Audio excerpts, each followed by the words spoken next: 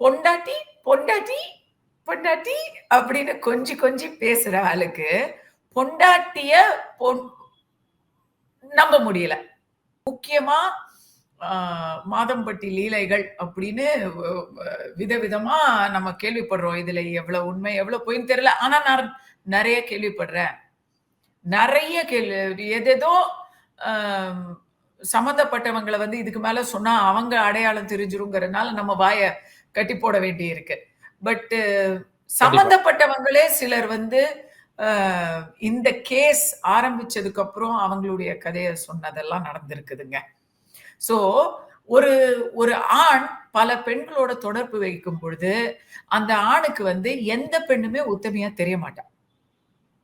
உண்மதான். ஏன்னா, அ ஈஸ் அவ அவ அவ் என்ன சொல்றது? அந்த மாரி பெண்கள நெறைய பார்த்து பழக்கப்பட்டவருக்கு, ஒரு நேர்மையா உன் கூட விசுவாசமா இருக்க ஒரு பெண்ண பார்த்தா உனக்கு தெரியாது. பொண்டாட்டி, பொண்டாட்டி, பொண்டாட்டி அப்படின்னு கொஞ்சி கொஞ்சி பேசுற ஆளுக்கு, பொண்டாட்டிய பொன் நம்ப முடியல. அப்ப நம்ப முடியலன்னா ஏன் திருமணம் பண்ணிக்கிட்டீங்க? கேரக்டர் ஜாய் கேரக்டர் தப்பா இருக்குன்னு வச்சுக்கலாம் ஆண்டனி.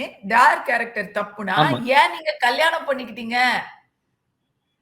அப்பவே செட்டில்மென்ட் கரெக்ட்டு. பண்ண வேண்டியது தானே! இப்ப பண்ற செட்டில்மென்ட்ட அப்ப பண்ண வேண்டியது தானே!